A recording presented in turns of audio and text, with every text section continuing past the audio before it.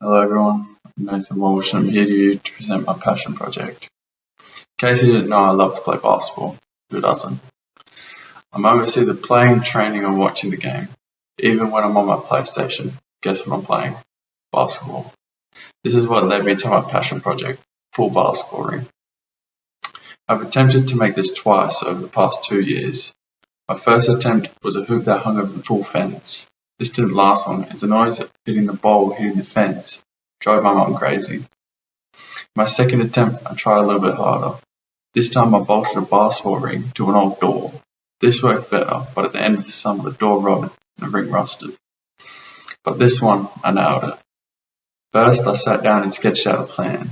I knew I needed it to be 1 stable, 2 strong, and 3 water resistant.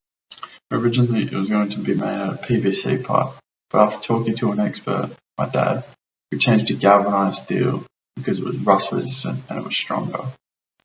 For the backboard I chose Perspex, also because it's water resistant. Because it was going to be around the pool, all the screws needed to be galvanized. This meant it should last a longer time. I marked out on the bench at work where to cut and bend the pole. The bend is so the ring would hang over the water.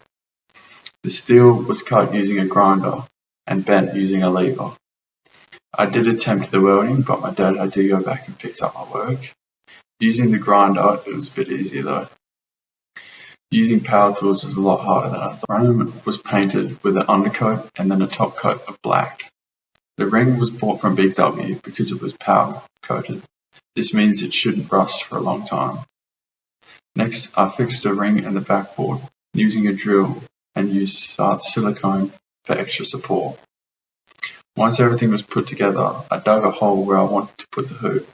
We concreted the pole into the ground, but made it so we could take the hoop and store it away. This will help last longer and so when the pool cover goes on for winter. Most of the materials were able to be found in the shed or in Bunnings, but the hardest to find was the hoop. There was none in Bunbury, so I had to wait until I went to Perth to purchase one.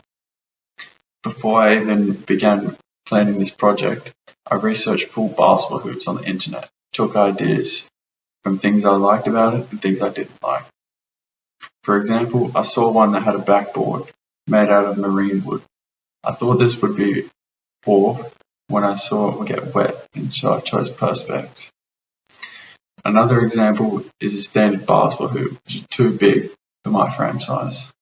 So I wanted and saw an idea, so I used a netball ring because it's smaller.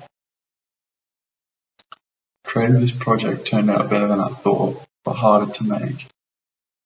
I spent a lot of time designing it, but I should have started making it earlier. I didn't allow enough time for the concrete to set. It takes longer when it's not hot. Also, I had to wait for the sideline to harden. This was the final product. Thank you all for listening, and hope you enjoyed.